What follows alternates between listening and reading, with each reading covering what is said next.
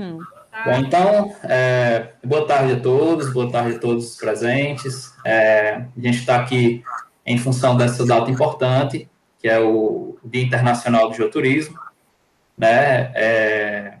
E a nossa ideia é fazer um passeio diferente. Vamos tentar fazer um passeio diferente pelos nossos geossítios do Geoparque Araripe, falando um pouco da riqueza geológica, falando um pouco da riqueza paleontológica, conversando sobre essas questões que nos fazem um geoparque da rede mundial da Unesco, né? E é interessante a gente pensar assim, que fazer uma primeira reflexão, que quando nós falamos em geoturismo, né, a gente está falando no turismo que a gente quer, independente da classificação, geoturismo, ecoturismo, turismo sustentável, todas essas nuances aí trazem características que são necessárias para o turismo. Então, apesar da gente classificar, é interessante a gente dizer que nós estamos falando de um turismo só. É um turismo só, é um turismo necessário, é um turismo sustentável.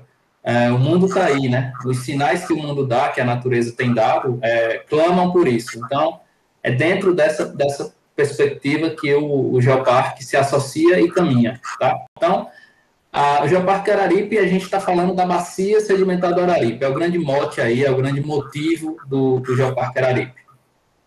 Tem aproximadamente 9 mil quilômetros quadrados essa bacia, é considerada a maior bacia sedimentar do interior do Nordeste brasileiro, e em termos de localização, a gente está entre o sul do Ceará, o noroeste do Pernambuco e o leste do Piauí. Quando a gente fala de bacia sedimentar, aí a saída do Geoparque, né, vocês podem observar, quando a gente fala de bacia sedimentar, a gente tem dois tipos, basicamente. Vamos falar em dois tipos, as marginais e as interiores. A bacia sedimentar do Araripe, ela é uma bacia interior, das maiores, né? Apesar de ter uma pequena extensão, ela foi formada pelo preenchimento sedimentar de depressões que vêm aí da atividade tectônica lá de trás, lá quando acontece a separação dos continentes africano e sul-americano, né? E geralmente essas bacias elas têm uma sucessão sedimentar mesozoica, tá? Ou cenozoica também. Que aí a gente tem a bacia do Araripe, a bacia do Rio do Peixe, a bacia do Cedro, a bacia de Iguatu, a bacia de Taubaté, são alguns exemplos aí. Então, hoje, quando a gente fala de geoparque, né, no site da Unesco a gente vê que tem 161 geoparques validados com selo Unesco em 44 países, distribuídos já em 44 países, e aí a gente consegue ver o peso, né, e a relevância do programa já mundialmente falando. E consta de 36 aspirantes, que são projetos já em fase de submissão, em fase de apreciação de suas propostas à entrada na rede mundial de geoparques da Unesco, né? E para ser um geoparque, a gente tem que ter esse mote geológico, paleontológico, né? Esse mote geocientífico de relevância internacional. Mas, lembrando, não podemos ficar só nisso.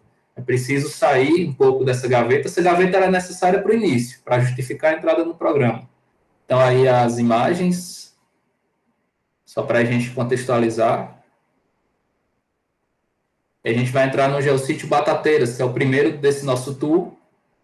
A gente vai focar no lado oeste. É muito conteúdo, então a gente resolveu focar em um dos lados, a gente tirou na moedinha, saiu o lado oeste. Depois a gente faz o lado leste. O lado oeste vai pegar aí Crato, Nova Olinda e Santana do Cariri. Essa série do Geoparque, né, vocês observam que foi uma conquista importante na época aí da presidente Dilma, e aqui é onde estão os escritórios das coordenações, né? Cada coordenação tem uma sala, a comunicação, a cultura, o turismo e desenvolvimento, a geoconservação, a educação ambiental. A educação ambiental também guarda um anexo importante hoje, que é o Centro de Interpretação Ambiental. E aí a gente entra no Geossítio Batateiras, né? Esse geossítio ele é composto por rochas de uma formação geológica que a gente chama de barbalha, construído de arenitos, são basicamente arenitos que variam de granulometria. À medida que eu estou olhando aqui, eu vou falando. Esses arenitos podem ser observados também aí nas imagens. granulometria média grossa, às vezes eles têm conglomerados dentro deles, né? E acontece a presença de folheiros dentro dessas rochas. E os folheiros, especificamente, são aquelas rochas sedimentares mais argilosas que comumente a gente encontra quando vai perfurar poços, né? Poços de óleo, poços de gás, estou falando mais nesse sentido. E o folheiro é um indicativo de que você vai ter sucesso nas perfurações. Então, dentro desses folheiros também tem um calcáriozinho, que a gente chama de calcário camadas batateira. Então, a gente está falando aí de rochas de idade de 110 milhões de anos, a gente está falando de aptiano aí. Aptiano é um andar geológico, né? Quando a gente fala de geologia, a gente tem, eu estou falando de um andar aí, né, geológico, mas a gente tem um período, a gente tem a época e a gente tem o andar, um dentro do outro. Então, aqui no caso é um andar do período Cretáceo, que é a época inferior. Existe conteúdo fossilífero no geossítio Batateiras, importante a gente mencionar isso, porque a gente sempre associa fósseis a Nova Olinda, a Santana. E, na verdade, aqui nós temos, nos folheiros, nesses folheiros, né, da formação Barbalha, a gente tem a ocorrência de palinomorfos. O que é esse negócio? São os fósseis ali, ou estruturazinhas associadas aos pólens, aos esporos, que tem micrômetros. Eu estou falando aí de escala em micrômetros, de 5 a 500 micrômetros. Mas também a gente encontra valvos de ostracodes, valvos desses bivalves, né, de conchostráceos também, e fragmentos de vegetais, pequenos peixes, a exemplo do próprio dastilbe, que a gente encontra muito na Pedra Cariri, a gente vai encontrar fragmentos deles aqui.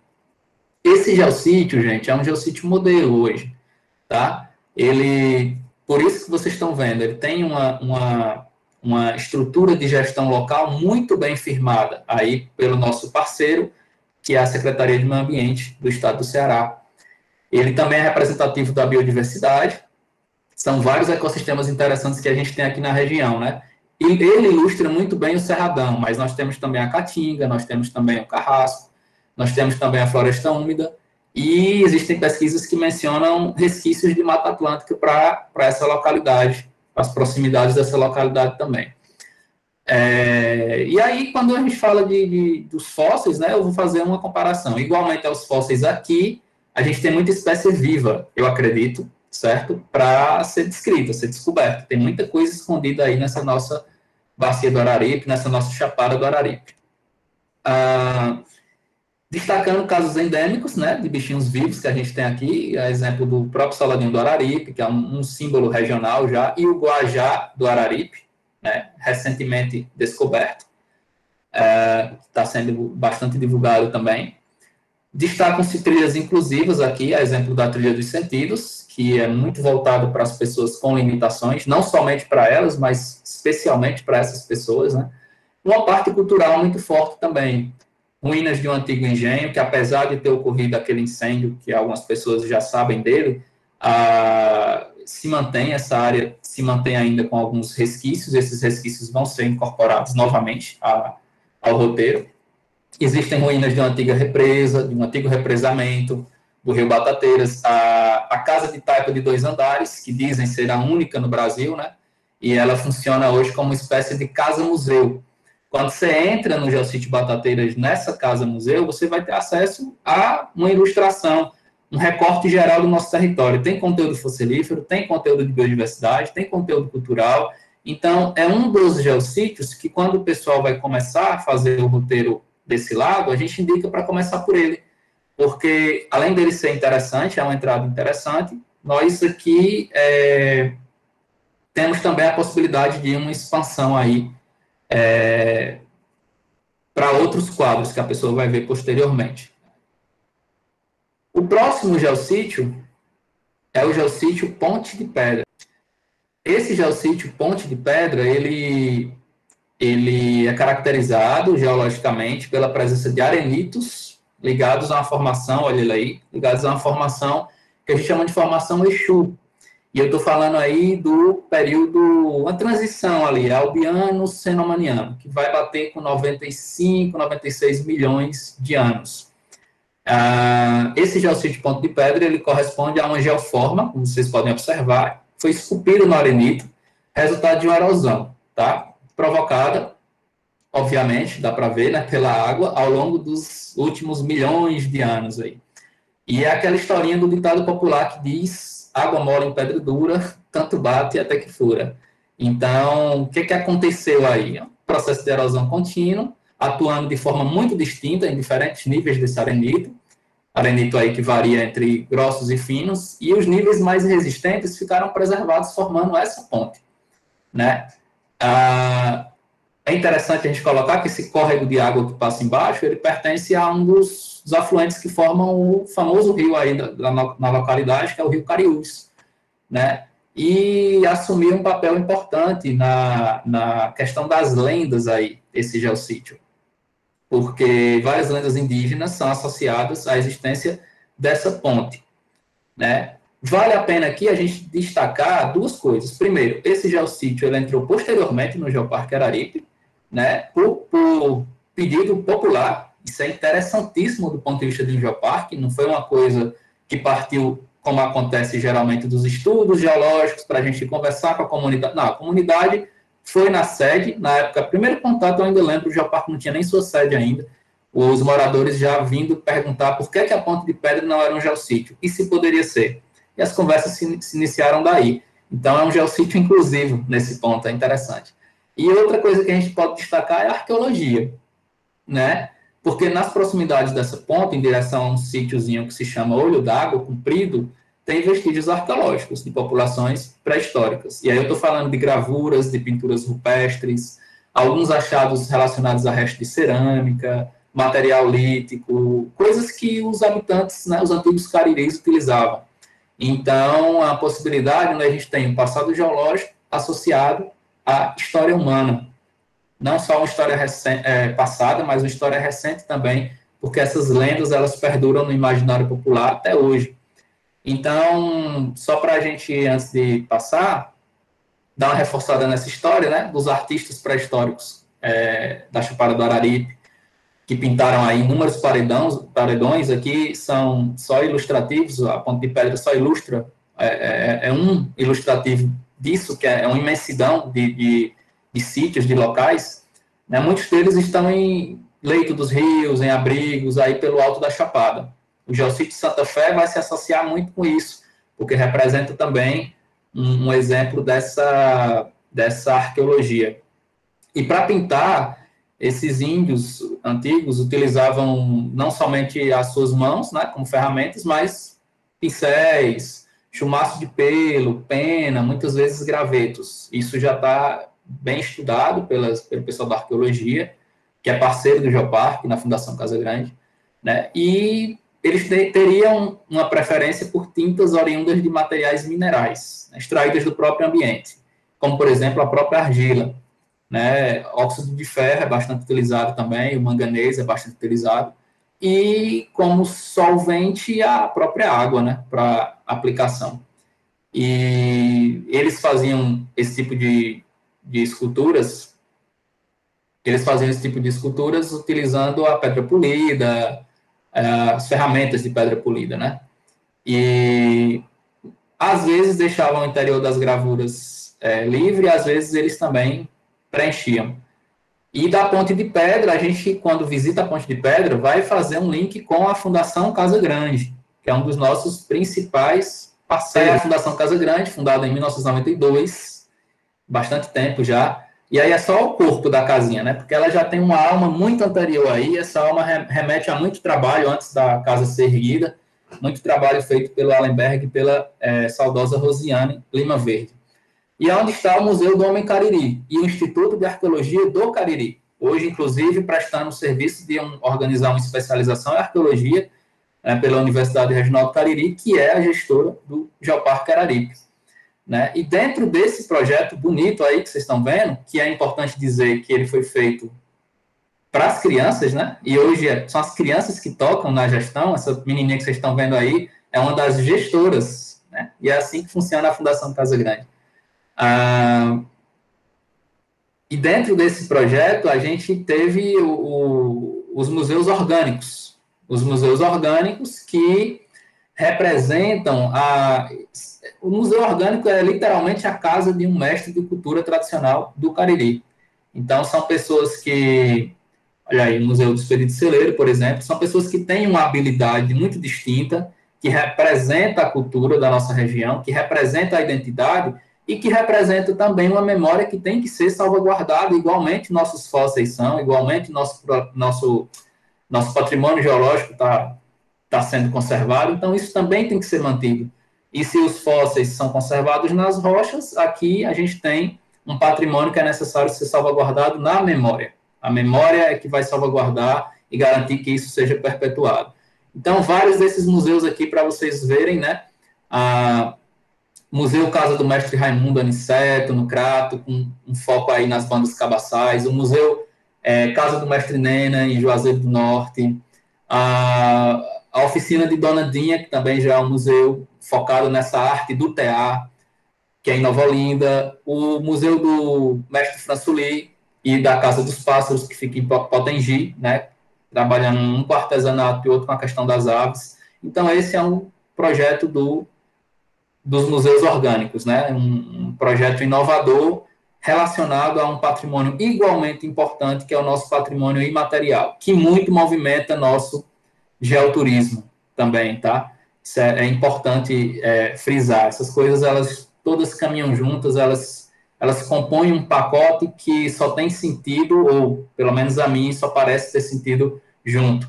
Uma coisa vai levando a outra e você tem essa experiência mais complexa e completa, né, de um turismo, que a gente chama de geoturismo. E esse projetinho, para completar, ele vai firmar, a última conversa que eu tive com a Allenberg, 16 museus orgânicos, a intenção de se firmar no território. Então, a gente, dos museus orgânicos, passa para o geossítio Pedra Cariri. Então, aqui eu estou falando de formação crato, né? Esses calcários laminados preservam uma quantidade incrível de fósseis, né? E aí eu estou falando de invertebrados, e eu não vou nem falar da terminologia dos grupos biológicos, vou falar na terminologia popular.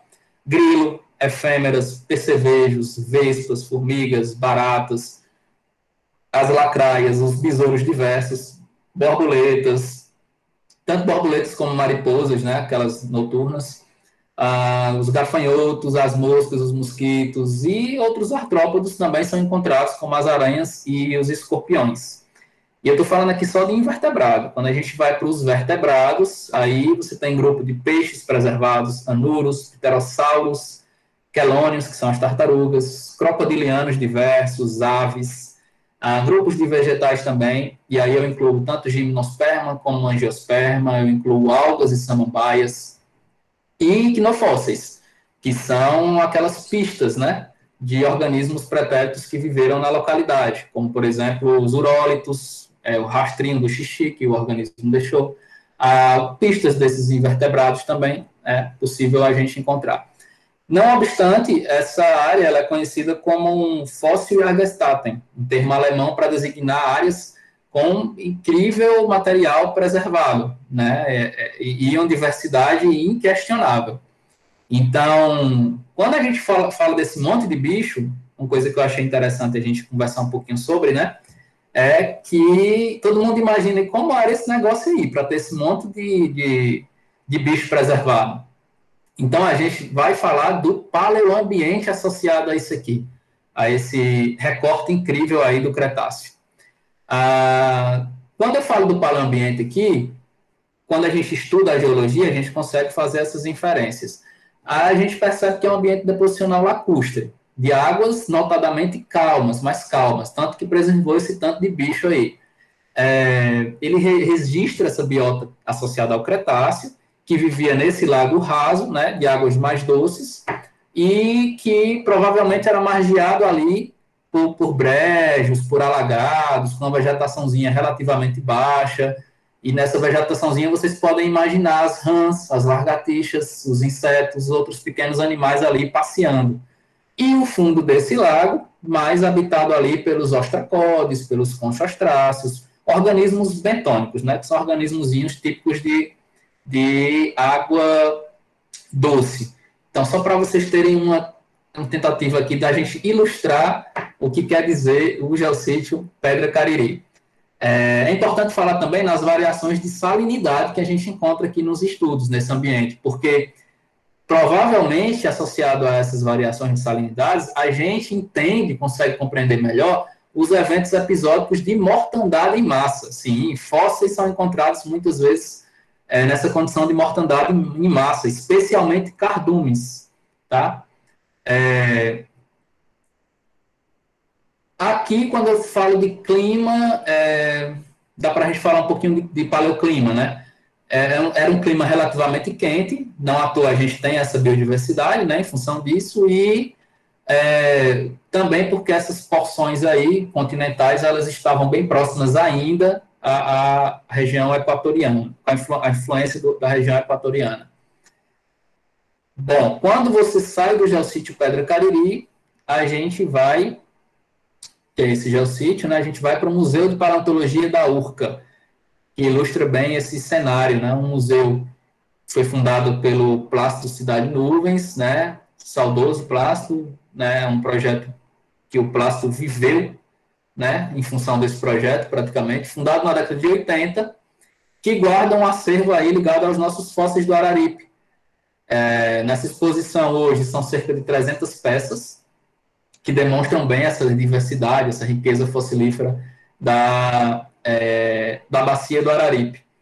Né? E esse museu, que vocês estão vendo aí nas imagens, ele vai vir como uma surpresa depois da pandemia. Estive conversando com o professor Alisson, eles já estão aí com um projetinho novo, né? Vai ser um museu revisto e ampliado. Né? Eu estou ansioso para visitar, as peças não vão ser mais assim dispostas na parede, como vocês viam ou estão vendo agora aqui nas imagens.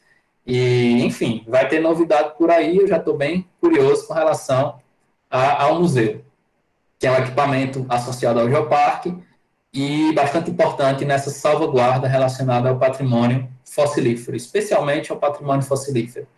Exerce também uma atividade educativa interessante.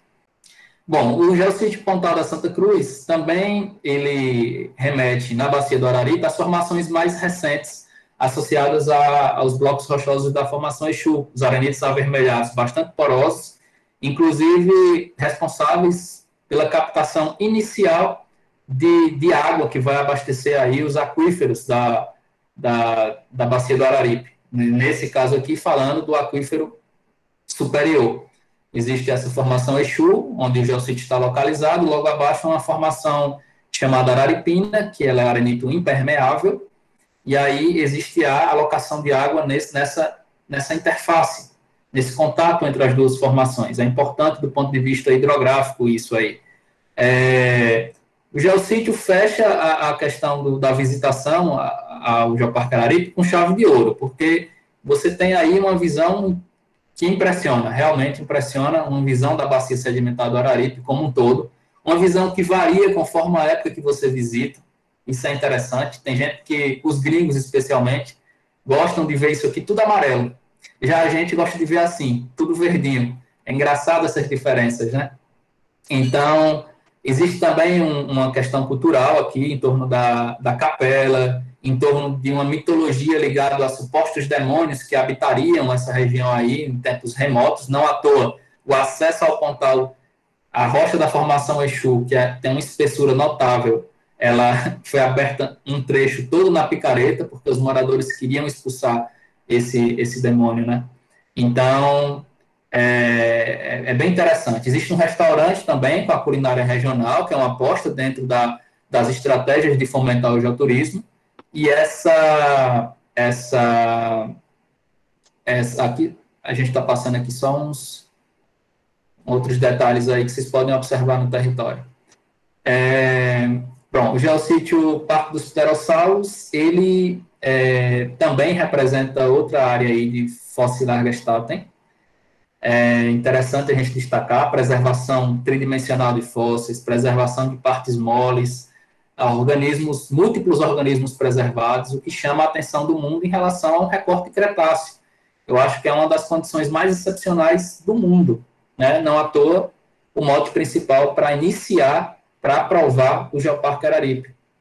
Então, aqui nós temos a presença de... É uma área que está localizada em solo de massapê, daí a difícil gerência do local, sofre bastante com chuvas e com seca, tanto com chuva como com seca, então as estratégias estão sendo pensadas aqui para dinamizar esse geossítio, que a tendência é que ele vire um parque temático ligado ao Cretáceo, certo?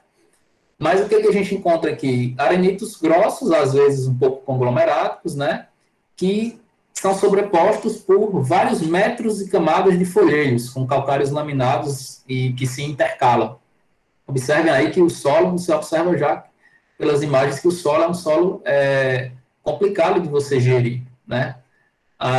Então, acima ocorrem alguns arenitos, né? Arenitos mais claros, com granulometria que varia de média a grossa, e quando você vai em direção ao topo, aí esses folheiros voltam a aparecer com a coloração mais escura, cinza esverdeada, e nessa parte, a partir de uns 4 metros, indo em direção ao solo, você vai conseguir observar as famosas pedras de peixe. Aí, nessa imagem, vocês conseguem observar esses bloquinhos redondos, né? Essas esferas, que são as concreções calcárias. Tamanhos e formas variáveis, você encontra diversos tipos de macrofósseis que são tridimensionalmente preservados, né? Até coração fossilizado já foi encontrado em peixe oriundo daqui. Então, é isso. Quando a gente fala do conteúdo fossilífero, vamos destacar também aqui que nós estamos falando de uma transição ali entre o Albiano-Aptiano, né, período Cretáceo, 100, 110 milhões de anos. E o que é que se destaca mais aqui? Já que eu falei da Pedra Cariri, eu vou falar aqui também. São os peixes. Os peixes que se destacam mais aqui, como um grupo mais abundante. Esses peixes, tanto do grupo de peixes ósseos como do grupo de peixes cartilaginosos, chegam a alcançar, às vezes, até 180 centímetros de comprimento. Né? Destacar alguns peixinhos aqui que a gente encontra com certa facilidade. O Racoleps, o Victifer, que é como se fosse um peixe-espada, o Tarres, são alguns exemplares. Nessas concreções a gente encontra, além desses organismos do grupo dos peixes, a gente encontra ostracodes, a gente encontra bivalves, a gente encontra vegetais, e aí vem também, por isso o nome dele, né, os fragmentos dos ossos dos pterossauros. Pterossauros e também dinossauros. Então, é isso que justifica a nomeação do Parque dos Pterossauros, tá? Esse conteúdo incrível que a gente tem aqui. Muitas espécies de pterossauros foram descritas nessa região, né? Muitas, quando a gente fala em escala mundial. Como eu fiz um resgatezinho também da formação Crato, falando do calcário laminado, um resgate de paleoambiente, vamos tentar conversar um pouquinho sobre isso, né? Esse monte de bicho aí, como é que eu imagino o ambiente? Que é o que a gente faz, a gente estuda a geologia, flerta ali com a paleontologia para poder conseguir enxergar como esse ambiente era no seu período original, há milhões de anos, nesse caso aqui, 100, 110 milhões de anos. Então, se a gente observar a geologia dessa formação aqui, a sequência sedimentar dela, a gente vai associar um ambiente lagunar, transicional, raso, de águas também relativamente calmas, né? Então, seriam espécies de lagunas costeiras que, eventualmente, sofriam entrada de água marinha, né? E, ao mesmo tempo, também recebiam águas doces de rios que, eventualmente, estavam mais próximos. Então, a paleobiota, todos esses organismos fossilizados revelam essa existência desse sistema de lagunas costeiras que tinham, eventualmente, contato com esses mares mais quentes, do tempo do Cretáceo, né? E aí são variadas espécies de peixes e tamanho nessas águas, os crocodilos, as tartarugas, outros animais ali que se aqueciam nessas águas marginais, onde também se desenvolviam as plantas baixas, as samambaias, e ali sobrevoando esse sistema de lagos, aqueles, né, imponentes e belíssimos pterossauros. Então, é por isso que a gente tem que falar num parque Cretáceo, né, para essa área fantástica que tem potencial, tem potencial para servir a esse propósito. Então, basicamente isso, nosso roteiro oeste, perdão, nosso roteiro oeste, falando aí do Geoparque Araripe, e finalizando, dizendo que a nossa proposta de geoturismo é por um turismo só, né? É como eu comecei falando lá no início da minha apresentação, né? Ah, é um ecoturismo, é um geoturismo, é um turismo de base comunitária, é tudo funcionando de uma forma conjunta para que nós tenhamos um turismo só, que é o turismo necessário, que é o turismo sustentável. Então, é nesse sentido que o Geoparque trabalha. Cada geossítio desse não é um fim, não é para você vir para cá para ver só o geossítio. É para você vir para cá e chegando no geossítio, perceber que esse geossítio vai te levar para outros lugares. Vai te levar para a casa de um mestre de cultura, vai te levar a conversar com um morador antigo para saber mais de determinada lenda que você ouviu falar no geossítio, vai te fazer levar por algum evento que esteja acontecendo na época na região, como por exemplo a famosa Mostra Sesc Cariri de Culturas, né? Então, são uma série de possibilidades, né? Vão te trazer experiências únicas, né? Desde a tua hospedagem, que pode ser num hotel convencional, que pode ser numa pousada domiciliar, sim, na casa de moradores das comunidades, que pode ser uma pousada rural, onde você vai vivenciar o cotidiano daquele trabalhador rural, inclusive na produção de orgânicos, consumindo o ovo da galinha caipira, sabendo como é que se prepara uma famosa galinha cabidela aqui da região. São N possibilidades que você tem aqui no Geoparque Araripe. E o geoturismo é isso. Né? Como o Geoparque ele é construído, como o Patrício gosta de falar, Nivaldo gosta de falar, a Jeane gosta de falar, no sistema bottom-up, o geoturismo, que nada mais é do que a materialização de todos os sentidos do geoparque, também deve ser construído assim, nesse sistema bottom-up, de baixo para cima. Né? É organizar o que a gente já tem em casa, é organizar o que nós já temos aqui dentro do território, de forma que beneficie quem está chegando, mas beneficie especialmente esse pessoal que já está aqui. Porque todo o sentido de organização do Patrícia Herrera, muito bom te ter aqui, obrigado. Olha só, esses parceiros eles estão todos envolvidos nessa engrenagem que é o Geoparque, né? Sem isso aí a gente não funciona, gente. É importante. Da mesma forma, dentro dessas parcerias que vocês estão observando aqui, existem as comunidades. As comunidades elas têm que assinar embaixo disso aqui, porque senão a coisa igualmente não funciona. E aqui são alguns desses parceiros, pode ser que a gente tenha esquecido de algum, né, mas são alguns desses parceiros importantes que trabalham junto aí nesse fazer geoparque, que é um fazer cotidiano, né? Importante destacar eles e agradecer também aqui nessa oportunidade a cada um desses parceiros aí. Sempre que a gente necessita, eles chegam juntos.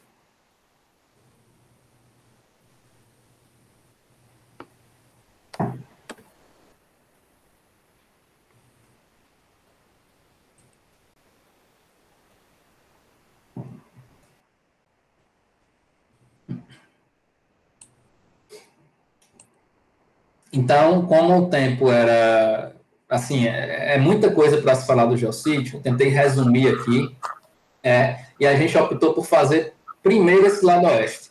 E aí, no segundo momento, a gente vai também trabalhar a parte 2, para não ficar tão cansativo, né? Fora que vocês podem ter perguntas, eu não sei, e considerações a se fazer, fiquem à vontade para isso. E aí a gente, numa outra oportunidade, vai trabalhar o lado leste, pegando os municípios de Juazeiro do Norte, Barbalha e Missão Velha. São os outros 3 municípios que hoje compõem o Geoparque Araripe. Jane? Importante a gente observar, né, Rafael, que estamos fazendo aqui hoje, nós vamos organizar para disponibilizar no Instagram e no YouTube. Alguém quer fazer alguma pergunta?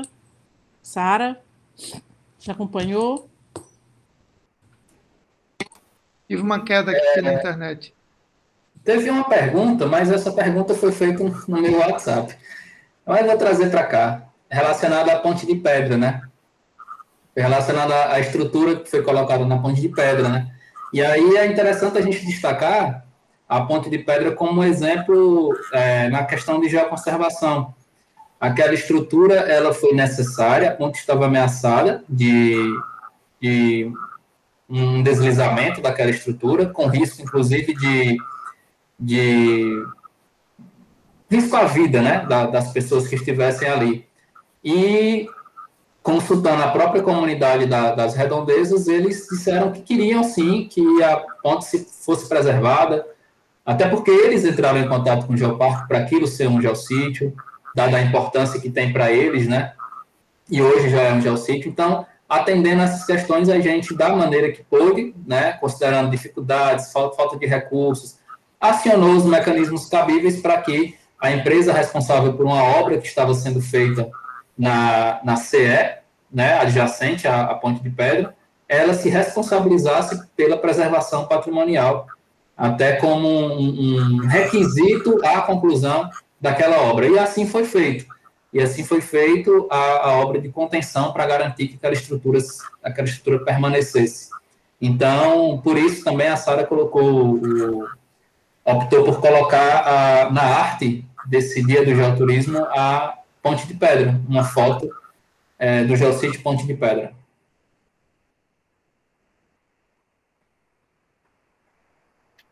Rafael, eu tenho uma curiosidade, tá? Não sei se você vai saber me responder, mas como você anda por esses lugares, talvez você tenha conversado bastante com os moradores. É que o meu pai, ele me conta, meu pai, ele tem 80 anos, ainda é vivo, graças a Deus. Ele me conta que quando ele era jovem, ele disse que os banhos não eram caldas, não tinha esses banhos naquela época, não. Ou se tinha, ele não conhecia, né?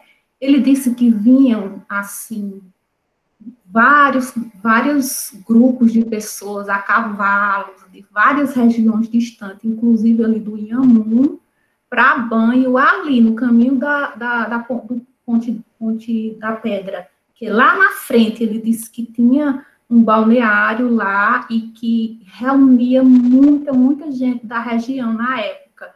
E aí ele disse que depois, com o tempo, as tarefas da casa, ele não veio mais, ele não sabe o que aconteceu, né? Ele me conta isso. Faz sentido? Divânia, faz sentido. Quando a gente estava fazendo o levantamento lá atrás, a gente teve a informação também. Lá para a comunidade Olho d'Água existia, sim, esse balneário. E essas surgências aí que tem, na verdade, na Chapada do Araripe, historicamente, elas tiveram essa representação de servirem de balneário popular, né? As coisas não eram tão regulamentadas, estava na propriedade de um, na propriedade de outro, chamava ali, eventualmente, as pessoas para curtirem ali, né? Se banhar. É uma coisa até cultural. O professor Nivaldo, que está aqui presente, e tem um trabalho incrível aí nessa área ambiental, se ele quiser fazer alguma complementação em relação a essa questão dos balneários, das águas, ele fique à vontade, porque eu acho que a gente não pode desperdiçar a presença dele aqui nesse sentido. Já vi que ele abriu o microfone. Vamos lá. Boa tarde a todos os presentes. Rafael, parabéns pela exposição. Eu acho que você fez aí uma viagem, né, por esses ambientes interessantes que temos como geossítios. Mas, especificamente em cima da pergunta da Nivânia, ainda hoje existe o balneário lá, Nivânia, na parte mais baixa, a cerca de uns 300 a 400 metros da Ponte de Pedra. Existe, ele esteve ativado até bem pouco tempo. Eu não sei atualmente como é que está. A gente não tem ido, mas tem um grupo de famílias que moram por ali e tem a nascente também lá, tá certo? A nascente ela perdeu muita vazão, né, diminuiu muito, mas ainda tem um volume d'água significativo que, inclusive, abastece boa parte dos moradores das áreas próximas à Ponte de Pedra. Tem água, por exemplo, que sai dessa nascente, né, abaixo da ponte de pedra, assim, uma diferença de nível talvez aí de uns 200 metros, 150 metros, e essa água é bombeada para a parte superior da chapada. Alguns moradores que moram acima da ponte de pedra, e depois da CE, ele recebe água dessa parte que vem dessa nascente lá de baixo, onde seu pai fez referência. Portanto, era um local, eu ainda consegui presenciar algumas festas, né, alguns eventos lá com som, com muito som, com bebedeira e, enfim. Atualmente, pelo que eu sei, não está acontecendo isso, mas a nascente existe e atende a muita gente ainda. É isso aí. Obrigada e parabéns, Rafael, pela apresentação, Giane também. Obrigado. A gente tem duas perguntinhas aqui que eu vou repassar para a Giane falar primeiro, porque ela é do setor de geoturismo e desenvolvimento. A Régia, ela quer saber, ela fala do exemplo do Piauí, né, que passa por condições difíceis, e quer saber se o projeto de geoturismo para o Cariri está pensando no quesito de se manter sem o governo, em relação ao apoio governamental. Depois eu passo para a pergunta da Patrícia Herrera. Tu queres que eu responda? Responde, qualquer coisa eu complemento, que é relacionado à tua área. Eu também posso complementar alguma coisa. Também, sim. Eu não conheço essa situação, Régia, do Piauí, eu não estou sabendo do que se trata, né? Mas nós temos que pensar, sim, na sustentabilidade dessas comunidades e desses geossítios, independente do governo, né? Por isso que a gente está procurando trabalhar agora com o turismo de base comunitária, está procurando incentivar isso nas comunidades, porque existe uma necessidade da gente pensar que a situação com relação ao governo é muito complexa, a gente não pode esperar que os recursos venham sempre de lá. Então, o turismo de base comunitária, ele tem essa ideia de fomentar para que a própria comunidade corra atrás. Claro que se precisa de políticas públicas, nós temos um grupo que está trabalhando isso, né, políticas públicas para o turismo de base comunitária, mas esperar recurso do governo, isso aí não é a melhor saída, né? A melhor saída é a gente incentivar o fomento de projetos e desenvolvimento dentro da própria comunidade. Nivaldo? Ok, mas você já disse quase que tudo. Só uma coisa que eu gostaria de acrescentar é que, nesse momento, há uma necessidade, evidentemente, de recursos públicos, né, tanto do governo estadual como dos municípios, no sentido de preparar os ambientes, dar uma condição de acessibilidade a esses ambientes cada vez melhor, para que um público mais diverso possível possa acessar esses ambientes. E vão desde estradas, né, os próprios geossítios. A gente precisa melhorar muito a infraestrutura desses geossítios e fazer com que as comunidades, né, do entorno desses geossítios possam ter ali um ambiente apropriado para que eles possam ter o sustento de diversas formas, né? Desde a questão do fornecimento de serviços, de um modo geral, de serviços, mas também de trabalhar a condução desses turistas, né? Contar as histórias de cada um desses ambientes, são particularidades bem próprias de cada um desses geossítios, né? Você começa com 10 habitantes do entorno desses geossítios, eles têm, cada um tem uma história interessante a contar sobre o ambiente. Então, essa é uma riqueza extraordinária que o Araripe tem e evidentemente, há uma necessidade, nesse primeiro momento, no meu entender, de um investimento significativo até que eles venham ter uma condição de sobreviver, vamos dizer assim, ou conseguir recursos, as condições viver bem com a prática ou com o serviço na área do geoturismo. Obrigado, Anivaldo. A Patrícia Herrera, colega nossa aqui, registrando a presença do Geoparque Utracura, no Chile, né, sul do Chile, uma região belíssima. Ela pergunta como se administra as casas de cultura, se existe participação da comunidade ou de alguma instituição. Existe um valor cobrado por ingresso, cobrança de tarifa locais para visitantes, estudantes e turistas? Se isso existe, isso se diferencia? Ela está fazendo essa pergunta, né? De antemão, eu coloco que o Geoparque ele tem funcionado como um parque aberto. Então, dessa forma, vou colocar assim, meio que gratuito, o acesso. A gente não está cobrando por acesso. Isso significa que não existe uma geração de renda? Não, porque a cobrança ela vai se dar naturalmente no consumo dos serviços, revertendo em renda para as pessoas envolvidas, né?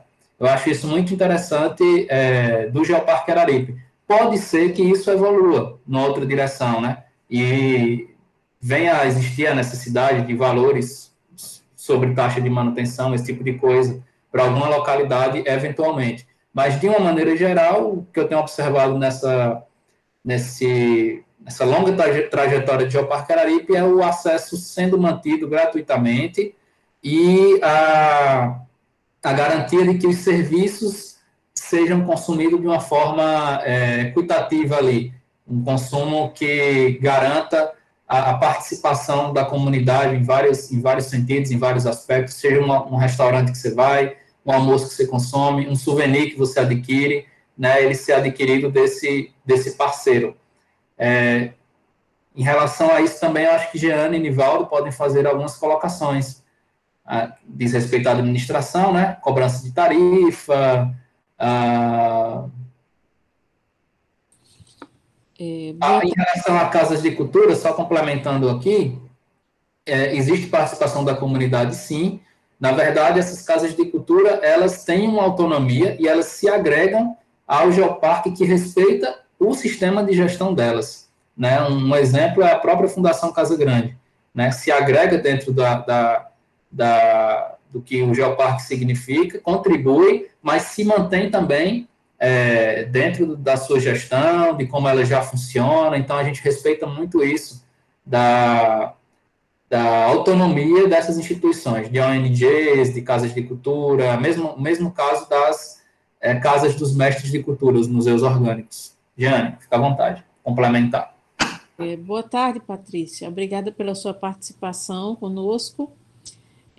Na verdade, eu só quero acrescentar que as parcerias existem sim, né? Tanto que existem outros projetos de outras instituições, como o SESC, que é uma instituição local, e que está desenvolvendo alguns projetos para a montagem dessas casas de cultura.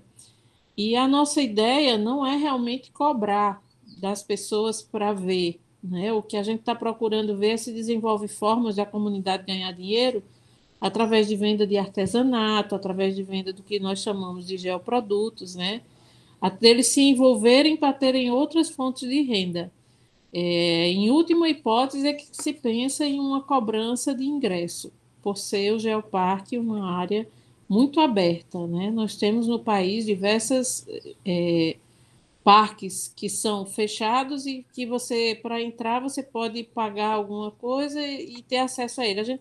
É muito difícil você fazer isso no Geoparque Araripe, devido à sua grande área e devido às suas diversas possibilidades, né? E ele é muito espalhado, muito aberto. E aí a gente não tem essa ideia de ter esse tipo de cobrança. Estou errada, mestre Nivaldo? Quer fazer algum comentário? Não, você respondeu tudo. Na verdade, todos os nossos espaços até aqui, eles são abertos aos visitantes, né, sem qualquer custo. Se inclui aí o próprio Museu de Santana, que é o equipamento melhor estruturado, vamos dizer assim, para quem quer observar fósseis. né? E não há qualquer tipo de cobrança. A ideia é isso que você, a professora Giane e o professor Rafael já colocaram, é que os responsáveis pela gestão desses espaços, eles obtêm algum recurso, alguma renda, através de serviços, né, ou de produtos que eles apresentam aos visitantes e aí comercializam, e desde alimento até as peças de produção bem própria de cada uma dessas localidades. São artesãos, na grande maioria deles. Enfim, além de pequenas apresentações, tipo shows, pequenos shows que podem acontecer, principalmente nesses museus orgânicos, né? E aí não há uma taxa, um valor estipulado, tem que pagar X reais. Mas as pessoas que visitam podem colaborar com aquela atividade daquela casa, daquele museu orgânico, né? Essa que é a ideia. Então é isso aí. Nosso coordenador de cultura, Patrício, não gostaria de falar alguma coisa? Sim, é mesmo. Pois é. Bem lembrado. Eu gostaria, se a Patrícia Herrera quiser falar da experiência lá de Crutacura, como é que está funcionando no geoparque deles, como é que isso se dá, para a gente compartilhar um pouco essas informações. Patrícia. Hola, muchas gracias, buenas tardes. Y tenemos mucho que aprender de Araripe, y sobre todo el vínculo que hay del patrimonio natural con la cultura. Creo que eso, por eso el interés de hacer la pregunta de cómo trabajar lo de las casas de la cultura. Creo que es algo que nosotros tenemos que avanzar en nuestro territorio, en generar espacios de poder mostrar todos esos conocimientos y esos saberes que hay en las culturas y los pueblos originarios. Así que esperamos que ustedes puedan venir y nosotros algún día ir también. Así que muchas gracias y saludos también al equipo de Araripe y a Patricio y a las colegas con quien también nos hemos encontrado en otros espacios de trabajo del grupo de género y del grupo de la red Geolac, Anibaldo, y creo que esta celebración del Día del Geoturismo que ha liderado la red Geolac ha sido súper interesante para poder reflexionar e intercambiar buenas prácticas que hay en todos los geoparques con mayor camino recorrido, como ustedes. Nosotros tenemos un camino con menos tiempo todavía, mucho que aprender de los que llevan más tiempo como Araripe. Muito obrigado, Patrícia. Agora, depois da Patrícia, tem que o Patrício falar também, né? Não, Rafael, nem precisa. Em verdade, vocês são os especialistas nessa parte de geoturismo e de conhecimento da geologia, da geografia do território. Parabéns a você. Muito, muito boa a apresentação, as imagens bastante elucidativas, esclarecedoras, e parabenizar e agradecer toda a equipe do Araripe e aos convidados, em especial aqui a Patrícia Herrera, a Edneia do Cânions do Sul, que esteve conosco um tempinho, e todos aqueles que nos acompanham. Acho uma excelente oportunidade, é muito bom ter o registro da gravação para disponibilizar nas outras mídias, inclusive Patrícia e Alisson, representando o Araripe, Patrícia representando o Cultural Cura, estão preparando um evento que vai acontecer agora, 28 e 29 de abril, que é um evento da Unesco, que ocorre de 2 em 2 anos, se não me falha a memória. Esse ano estava previsto para acontecer na Argentina, mas a pandemia não permitiu, a CILAC, que é um evento de comunicação, divulgação da ciência, e que a Geolac terá esse ano uma participação. Essa gravação poderá estar no nosso stand virtual, não é, Patrícia? Então, preparar uma edição com informação de introdução, dados, números, etc., e poderá compor o stand virtual da Geolac. Muito bom. Obrigada, Patrícia. Não temos mais perguntas. Agradeço a todos a presença e deixo a palavra final com o nosso Rafael, que foi quem fez essa brilhante explanação sobre os nossos geossítios do lado oeste. Rafael? Olá, eu só tenho a agradecer pelo convite, né? O convite, a confiança depositada em mim, como eu sei que também a equipe toda, quando é solicitada, ela atende bem, né? É sempre um prazer estar trabalhando com todos vocês, com o professor Nivaldo, com o Jeane, com o Patrício, com Sara, com o Neto, com a Nivânia, enfim. Espero ter contribuído, né, da forma que vocês esperavam, e me empolguei para fazer a parte leste.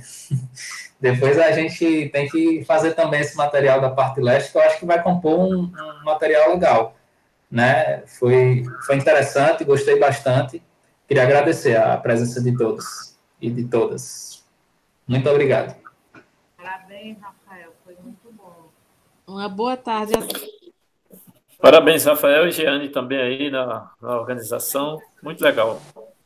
É isso aí, vamos, e tá certo, Rafael, vamos fazer a parte leste. Eu acho que é bom e como o Patrícia colocou muito bem, vamos deixar isso como está sendo gravado, né? Deixar isso depois, pegar essa gravação e dar um tratamento, né, para que ela possa ficar bem assim apropriada para ser apresentada em qualquer espaço, até internacionalmente, como sugeriu aí o Patrício.